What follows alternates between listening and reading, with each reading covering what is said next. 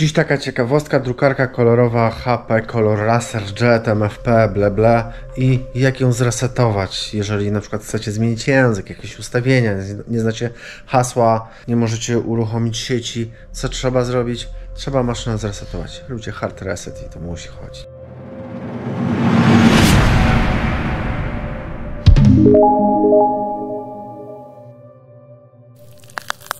Przykładem będzie drukareczka taka najbardziej popularna teraz HP MFP M281FDW. Mała, znana i lubiana. Jak robimy reset? Uruchamiamy kserokopiarkę i trzymamy tutaj paluch.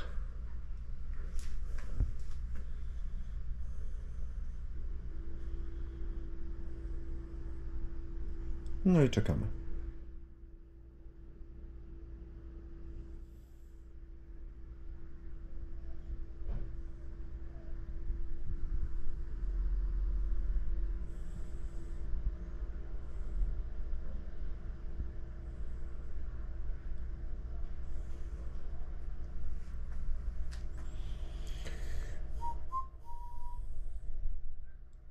Dobry.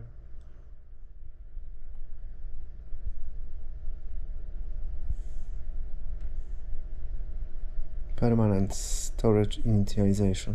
No i bardzo dobrze. No to chyba już jest.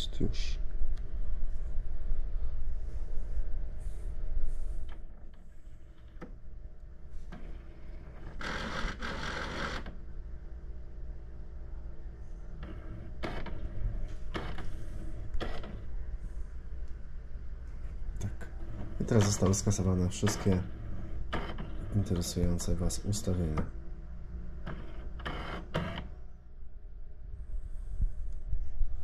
No i tyle.